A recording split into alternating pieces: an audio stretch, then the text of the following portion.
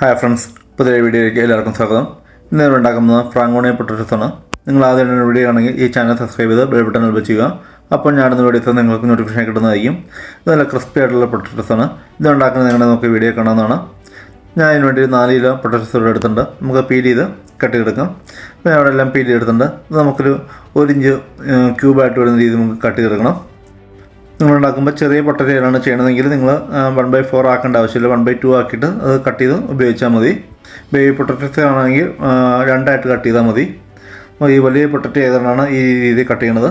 അപ്പോൾ ഞാൻ 1 inch size വരുന്ന രീതിയിൽ ക്യൂബായിട്ട് എടുത്തിട്ടുണ്ട്. ഇനി നമുക്കത് സ്റ്റീം ചെയ്തെടുക്കണം. സ്റ്റീം ചെയ്യണമെങ്കിൽ 20 മിനിറ്റ് അല്ലെന്നുണ്ടെങ്കിൽ വെള്ളത്തിൽ വേവിച്ചെടുത്താൽ മതി.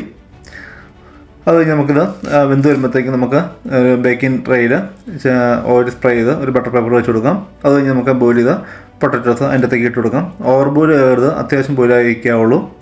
അത് കഴിഞ്ഞ് നമുക്ക് ഇതിൻ്റെ അകത്തേക്ക് 1 കപ്പ് മെൽറ്റ് ചെയ്ത് ബട്ടർ ഒഴിക്കണം. അതിൻ്റെ കൂടെ നമുക്ക് ഇതിൻ്റെ അകത്തേക്ക് ആവശ്യമായിട്ടുള്ള 1 teaspoon salt, 1 teaspoon pepper powder, 1 teaspoon paprika powder ഇത്ര ഇട്ട് കൊടുക്കണം. ഇത്ര ഇട്ട് കൊടുത്തിട്ട് നമുക്ക് നന്നായിട്ട് മിക്സ് ചെയ്തെടുക്കണം. കണ്ടമാനം പൊടിഞ്ഞു പോകാത്ത രീതിയിലാണ് പതുക്കെ മിക്സ് ചെയ്തെടുക്കാൻ. അപ്പോൾ ഈ രീതിയിൽ മിക്സ് ചെയ്ത് ഫുള്ള് ഇത് നിരത്തി വയ്ക്കുന്നുണ്ട്. നമ്മൾ ഓവന് വെക്കുന്നതിന് മുമ്പായിട്ട് 10 minute oven 150 degree preheat ചെയ്യണം. അത് കഴിഞ്ഞ് നമുക്കൊരു 25-30 മിനിറ്റ് 150 ഡിഗ്രിയിൽ ബേക്ക് ചെയ്യണം. അപ്പോൾ ഞാൻ 30 മിനിറ്റ് കഴിയുമ്പോൾ പുറത്തെടുത്തിട്ടുണ്ട്. നമുക്ക് ഈ രീതിയിൽ നന്നായിട്ട് ഇവിടെ ക്രിസ്പി ആയിട്ട് കിട്ടിയിട്ടുണ്ട്.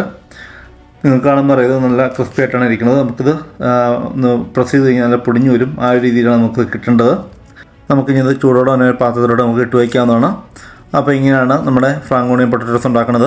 നമുക്ക് വളരെ എളുപ്പത്തിന് ചെയ്യാൻ പറ്റുന്നതാണ്. അത് നല്ല ടേസ്റ്റി ആയിട്ടുള്ള ഡിഷാണിത്. അത് നിങ്ങൾ ഈ രീതിയിൽ ഉണ്ടാക്കിയിട്ടില്ല, നിങ്ങൾക്ക് ഓരോന്ന് ട്രൈ ചെയ്ത് നോക്കാവുന്നതാണ്. അത് നിങ്ങൾക്ക് ഈ വീഡിയോ ഇഷ്ടപ്പെട്ടെങ്കിൽ നിങ്ങളുടെ അഭിപ്രായം കമൻറ്റായിട്ട് രേഖപ്പെടുത്തുക. Thanks for watching my video.